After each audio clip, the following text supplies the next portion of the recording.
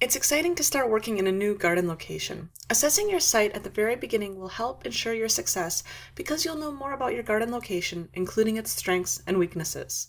All plants need sunlight in order to grow, but different plants prefer different amounts of light.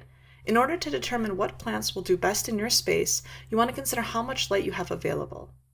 A garden that receives at least 6 hours of sunlight a day is considered to be in full sun. Many plants do well in full sun, and if you are interested in growing vegetables or other plants for food, you'll want to make sure that your garden is located in a bright and sunny place. Areas that are in partial sun or partial shade get sun at some parts of the day, but not the many hours of sun that many plants require. Overhead trees can also create filtered light or dappled shade where some light is available to pass through the canopy, but conditions aren't in full sun. Shaded areas can also grow amazing plants. It's just a matter of selecting plants that are suited to the amount of light that is available. Most places that have a cold climate have seasonal variations in day length.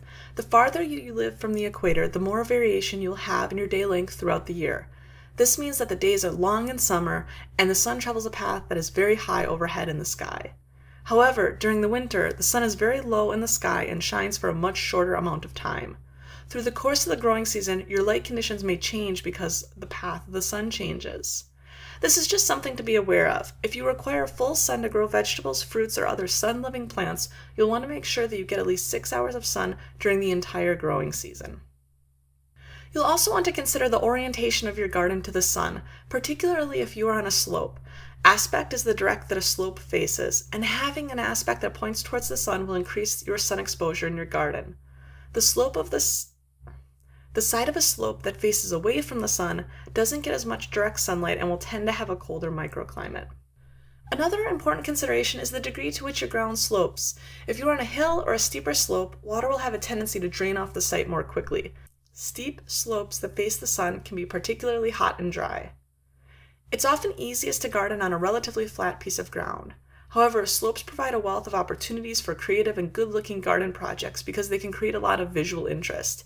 If you do garden in an area with a more substantial slope, you may want to consider building terraces to help retain water and give yourself a flat area of ground to plant into. As you assess a potential garden location, consider how that site is exposed to weather conditions throughout the year. Strong winds can damage plants. Winds can kick up loose soil, which acts like sandpaper against delicate plants. And wind can blow plants over as well as blow around outdoor furniture or other items you might like to have in your garden. An area that has more wind may be better suited for shorter or sturdier plants, or some plants may need some extra staking to help keep them stable. Cold climates can also have additional challenges for gardeners even outside of the growing season. We have long, snowy winters where I live, and the snow influences the places where I can garden and what I can grow there. Certain areas need to be maintained as open lawn because snow plows or snow blowers are used to keep these areas clear in the winter. Areas where snow piles, such as this massive pile of snow in front of our house, are unsuitable for woody plants because the weight of the snow or any ice would cause damage. Only annual plants or non-woody perennial plants that die back to the ground in fall can be maintained in areas that have piles of snow in the winter. Snow piles and banks also stick around for a long time in the spring, particularly when they're not in direct sunlight, which can also influence when you're able to get into your garden and begin working the soil. Soils are critically important to gardening, and a later section will cover how to understand your garden soils and how to improve soils for plant growth.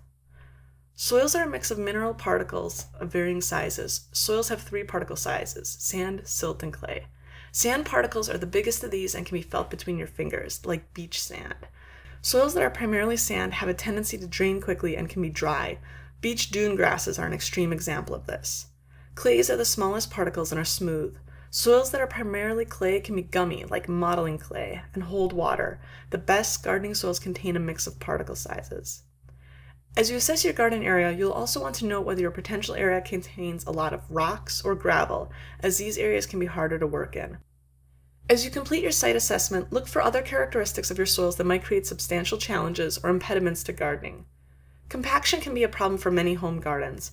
Compaction happens when machinery, or even foot traffic if it is frequent enough, puts weight on the soil and pushes the soil particles together.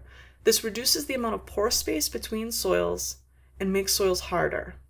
Water doesn't penetrate compacted soils as well, and neither do plant roots. Compacted soils can also inhibit drainage so that water will be more likely to puddle on top of a compacted soil. Often the areas next to a home or building will be compacted due to building construction.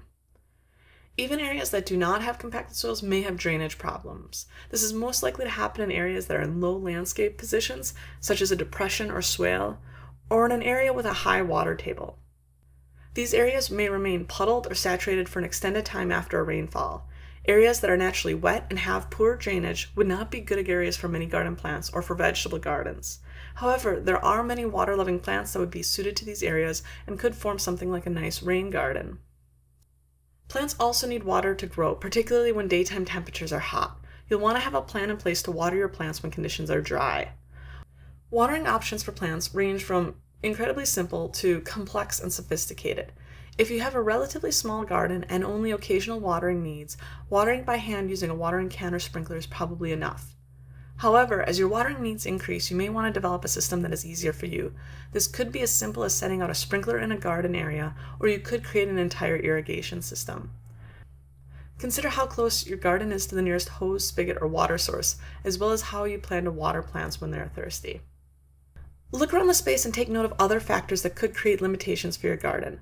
A few examples would be existing plants. Not only can trees or other plants block the sun and compete with your garden plants for light, but they may also have underground root systems that extend into the area you want to garden. For many trees, the roots will extend out as far as, or even farther from the base of the tree as the leaves do, so you may encounter tree roots in a sunny area relatively far from the tree. Buildings can also create obstructions for plant growth. As you plan what you want to plant, consider its full size when mature and be sure to give it adequate space from any buildings or permanent structures.